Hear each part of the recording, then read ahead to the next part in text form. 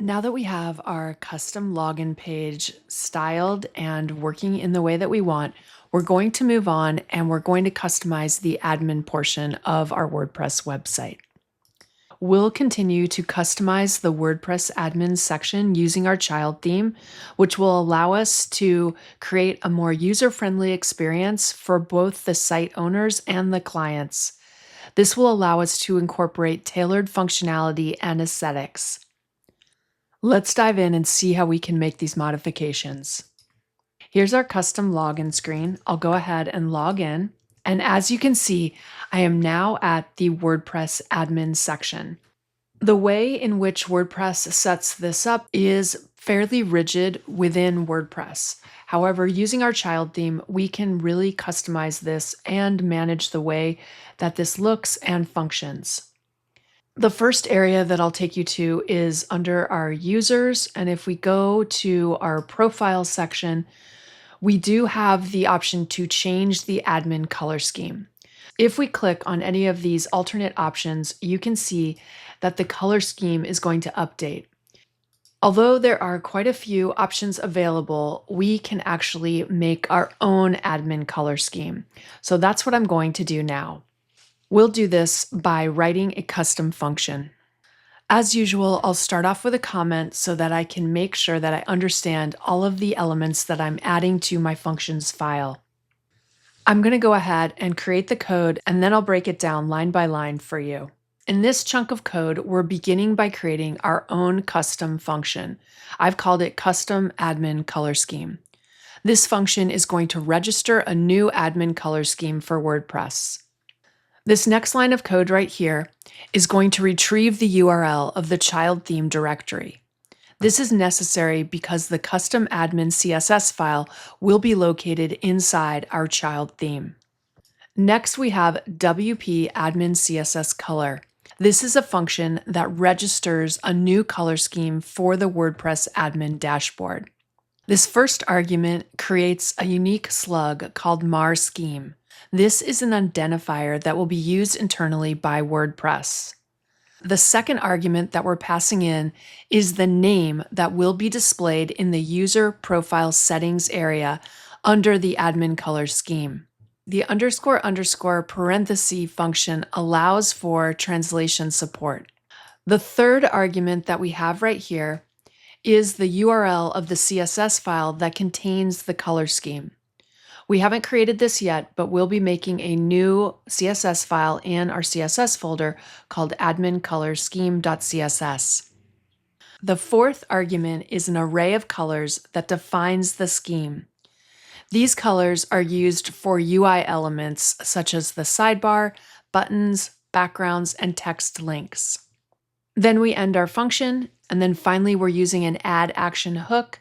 We're hooking into admin init.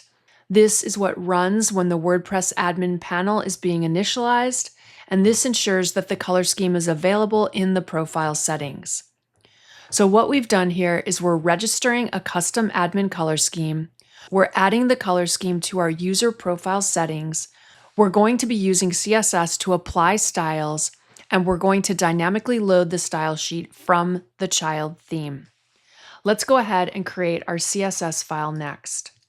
I'm going to place this inside my CSS folder, so I'll create a new file, and it's going to be called admincolorscheme.css.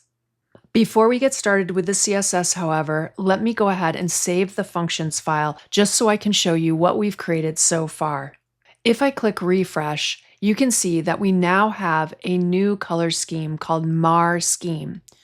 This contains the dark navy blue, 2 shades of gray, and our lighter blue. If I go ahead and make this the active scheme, nothing has changed yet, and that's because this is also dependent on our CSS. So let's go ahead and create the CSS now. What we'll be focusing on here is we're going to go ahead and set up some CSS so that we will be able to utilize the colors that are part of the color scheme that we just created. In order to figure out what CSS classes you need to use, you'll have to visit your developer tools. You're going to go ahead and get into the developer tools, and then you're going to start to click on the various elements so that you can see what is controlling these elements. So for instance, this right here, this div is called admin menu back. And as you can see, it's setting the background color to this shade of gray. If I change this to something else, you can see that that is going to update and change this area of my website. Knowing what this element is, I'm going to select it. I'll go into my CSS file, and we'll begin by using this particular element. We'll go ahead and we'll start off by making this area our dark blue. If I save now and we return to WordPress and I refresh, you can see that this area has now been updated. Now, this particular area, the one that we just targeted, is taking up this entire space, but it is also being covered up or obscured by some of these other elements. You're going to need to fish around and find out what the other elements are in the developer tools. You can see we have something called admin menu. If we add this as a group selector, this entire area should change to be our dark shade of blue. If we refresh now, you can see that this area is starting to update and we're starting to customize it. In order to fully customize this area of WordPress, you're going to need to use your developer tools and rely on the various elements so that you can update the various sections with the colors that you want to use. I'll go ahead and add in some CSS, but I just wanted to share with you how I went about finding the various hooks so that I could apply the appropriate CSS. Instead of using the blue, I'm going to make the left-hand sidebar a shade of dark gray, and I'm going to ensure that all of the text is using a white color. I'll also be adding some additional CSS selectors so that these elements are going to be included inside of these styles. Next, I'm going to style the A hover elements, and we will use our lighter shade of blue here. I'll continue to add some CSS. I've added some additional CSS and I've made comments so that you will understand what the various elements are that I'm styling. I'm going to save my CSS file. And if we refresh in our browser, you can see that we're starting to customize many of the things that are part of the admin section of WordPress. We still have some more work to do, as some of these items are still being styled by some of the default styles. I would like to change this color of blue to be using my custom, more teal blue color that you can see when I first hover over these elements. And I'm going to change this selected color to be more indicative of the color scheme that I'm using within my website. As you can see, I have quite a few group selectors, and that is so that I am getting the hover and the focused areas of the menu. If we save now and go back to the browser and refresh, you can see that now the colors that are being displayed are my own custom colors. I have a lighter teal color for the flyout menus, and my icons are going to be our darker teal blue shade that we're using.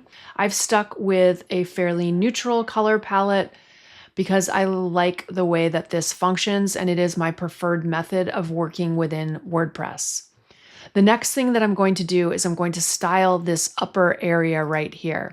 This area is called the WP admin bar. We are going to change the colors here, so let's do that next. For the WP admin bar, I am going to go ahead and set the background color to be my darker blue, and I'm also going to add a little bit of a teal drop shadow. This will just help to offset this area from the rest of the content on the page.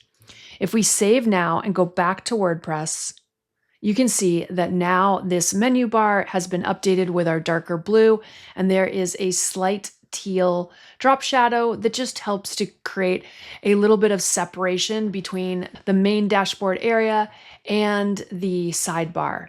As you can see, this element right here has not been styled, so I need to find out what is controlling this. I'll basically select it using my developer tools, and then I'll simply try to figure out which element is styling that particular item. So it looks like we have a WP menu name area.